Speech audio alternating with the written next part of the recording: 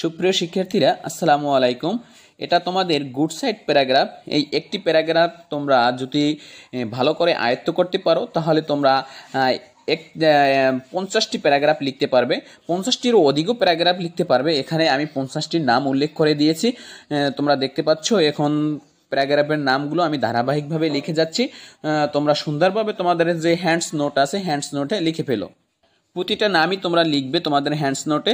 তাহলে তোমাদের লাভ হবে কি, এই তোমাদের লাভটা হলো যদি তোমরা এই যে প্যারাগ্রাফগুলোর নাম উল্লেখ করা আছে এগুলো যদি তোমরা একবার বা 2-3বার যদি তোমরা পড়ো তাহলে তোমরা বুঝতে পারবে যে আয়ত্তে আসবে তোমাদের যে আসলে কোন প্যারাগ্রাফটা গুড সাইড আর কোন প্যারাগ্রাফটা ব্যাড সাইড। ঠিক আছে, তা তোমরা অবশ্যই জানো যে কোন প্যারাগ্রাফগুলো গুড সাইড। এখানে 50টি নাম আমি উল্লেখ করেছি গুড সাইডের।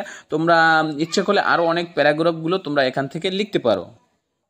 সুপ্রিয় শিক্ষার্থীরা, তোমরা মনোযোগ সহকারে সম্পূর্ণ ভিডিওটি দেখো এবং সুন্দর করে তোমাদের হ্যান্ডস নোট যে খাতাটি আছে তোমাদের, সেই খাতায় তোমরা সুন্দরভাবে লিপিবদ্ধ করে ফেলো। তাহলে কিন্তু তোমরা এর থেকে যথাযথ মার্কস অর্জন করতে পারবে।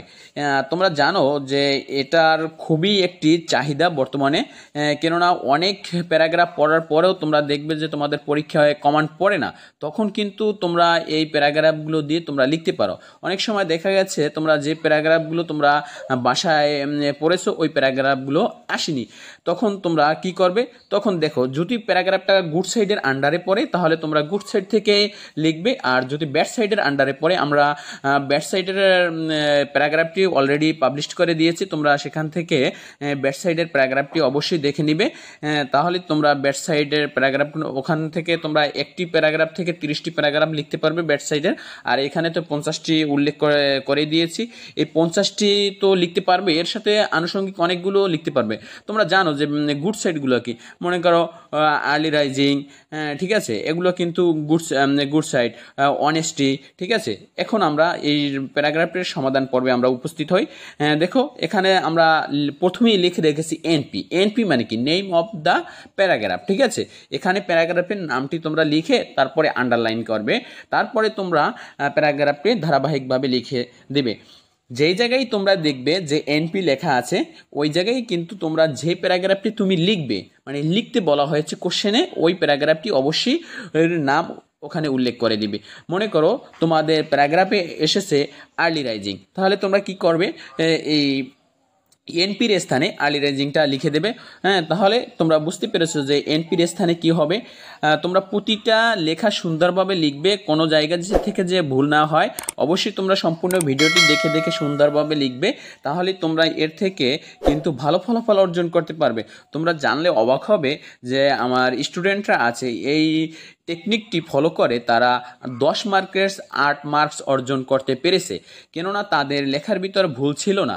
যদিও 2-1টা ভুল থাকলে তাতে সমস্যা নেই, কিন্তু তোমরা পড়ার সময় একটু লক্ষ্য করে পড়বে যে এর ভিতরে কোনো রকমের যে ভুল না হয়, কেননা তোমার তো 10-15টি প্যারাগ্রাফ পড়তে হচ্ছে না।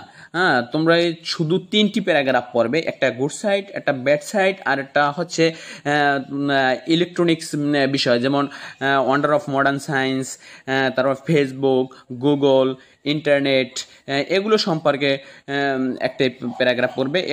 সেখানে একটি প্যারাগ্রাফ থেকে 10টি লিখতে পারবে। তোমরা যদি ইন্টারনেট সম্পর্কে এই সম্পর্কে wonder of modern science, internet, Facebook, Google এই সম্পর্কে যদি তোমরা প্যারাগ্রাফটি চাও অবশ্যই তোমরা কমেন্ট বক্সে আমাকে জানিয়ে দেবে, তাহলে কিন্তু তোমাদের জন্য ওই প্যারাগ্রাফটি আমি পাবলিশ করব।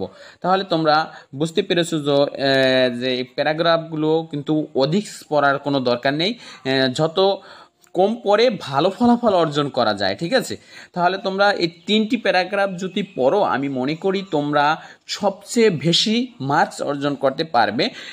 তাহলে তোমাদের মধ্যে এই 2টি প্যারাগ্রাফ অলরেডি পাবলিশ করা হয়ে গিয়েছে, একটি হচ্ছে ব্যাড সাইড, আরেকটি হচ্ছে এই যে বর্তমান যেটি তোমরা লিখতেছো এটি হচ্ছে গুড সাইড। তাহলে এই 2টি অবশ্যই তোমরা লিখে সুন্দরভাবে পড়বে, তাহলে কিন্তু তোমরা এর থেকে সর্বাধিক মার্কস অর্জন করতে পারবে। তোমরা জানলে অবাক হবে এই প্যারাগ্রাফটির অনেকেই আছে অনেক রকমের প্যারাগ্রাফ লিখে কিন্তু তার অর্থ প্রকাশ করে না।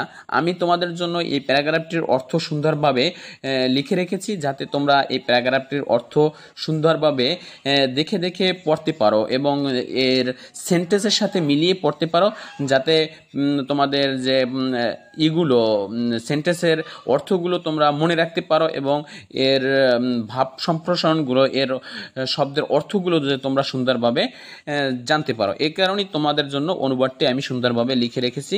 তোমরা অবশ্যই তোমাদের হ্যান্ডস নোটের অপর তোমার পৃষ্ঠায় শেষের দিকে তোমরা এভাবে অনুবাদটি লিখে ফেলবে। আর যদি তোমরা অনুবাদটি যদি না লিখতে চাও, তোমরা একটা কাজ করতে পারো, যখন আমার এই লেখা সম্পূর্ণ হয়ে যাবে, মানে একটি পেজ কমপ্লিট হয়ে যাবে, তখন একটা কাজ করতে পারো, এটা থেকে স্ক্রিনশট নিয়ে তুমি এটাকে প্রিন্ট করে তুমি তোমার বাসায় রাখতে পারো, হ্যান্ডস নোট হিসাবে বা কম্পিউটার্স নোট হিসাবে রাখতে পারো।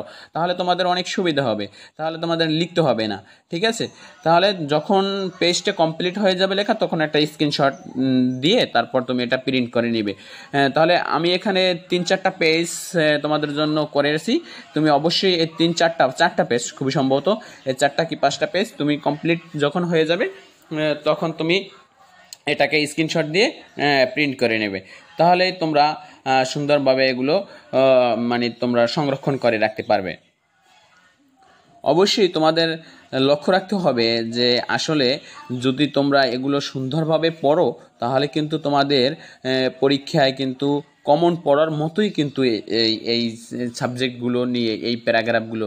দেখো, তোমাদের গুড সাইড তোমরা তো অনেক পরীক্ষাই দিয়েছো, তাই না?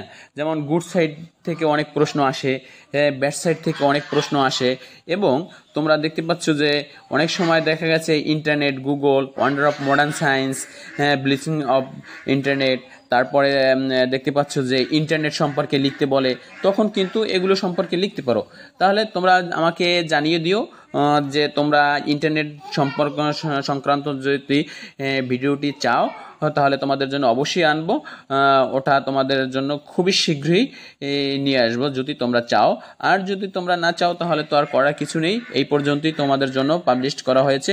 তোমরা ভোটের মাধ্যমে অনেকেই আমাকে জানিয়েছো যে তোমরা এগুলো চাও, এই কারণেই তোমাদের জন্য উপস্থাপন করা। তাহলে আজ এ পর্যন্তই। সুস্থ থাকো, ভালো থাকো, আল্লাহ হাফেজ। পরবর্তীতে তোমাদের অন্য কোনো ভিডিও নিয়ে হাজির হব।